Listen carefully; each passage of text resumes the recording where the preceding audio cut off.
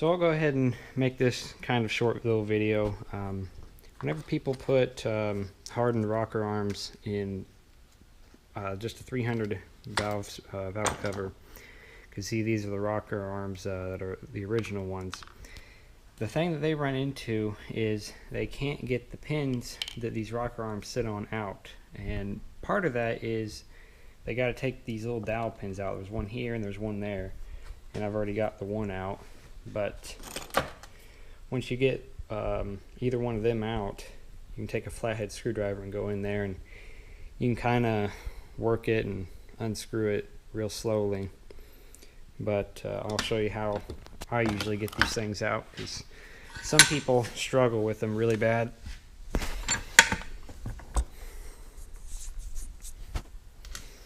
And really, you probably should just get new ones, but I don't really think it's necessary for me. But what I like to do is use this vise. You can see the jaws, they don't have very much of a grip on them left. They're mainly flat, so it won't chew this thing up very much at all, if any. So what I like to do is clamp it in there just like that. Clamp it in tight.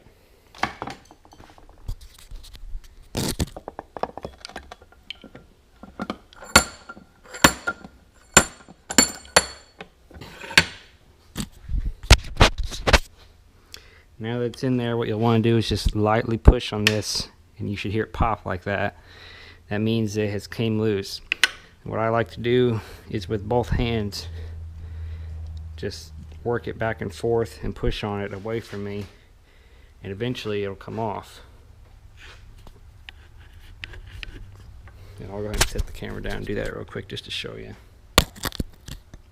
You got to push fairly hard, but not so hard that you break the pin, and just wiggle back and forth.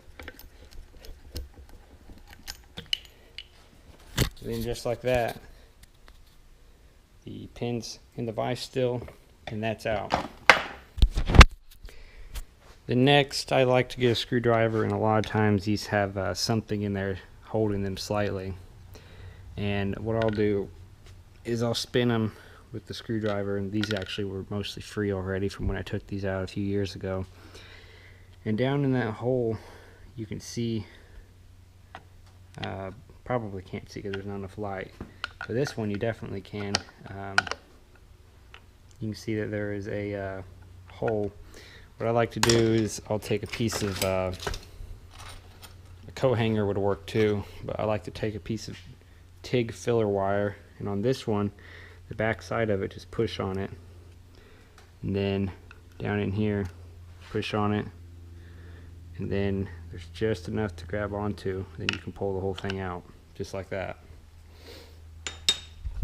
And then the other one, it's a little bit more difficult, but it ain't really that bad. You just mainly got to get kind of like a hook on the end of that, just a tiny bit. So this is sticking out about 1/8 of an inch or so. Then you can grab on this one too and pull it out. And that last one, if you can't get it with just poking it and grabbing onto it, you can get one of these specialty screwdrivers that it's got a collar on it, but when you slide this down, it expands the end of it. So then you can stick it in there and slide it on and get it on nice and tight, and just spin it and pull it out far enough that you can eventually just grab onto it like that. And then that one's out too. Then these just come out, and then the new ones can go in. It's something that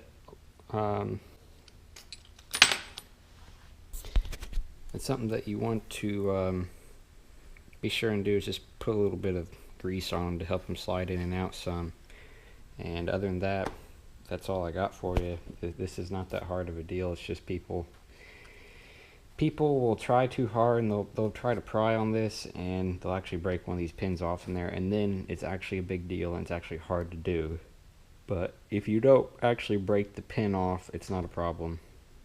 So I hope you enjoyed this, or if it didn't enjoy it just because, I don't know. at least helped you. So, yep.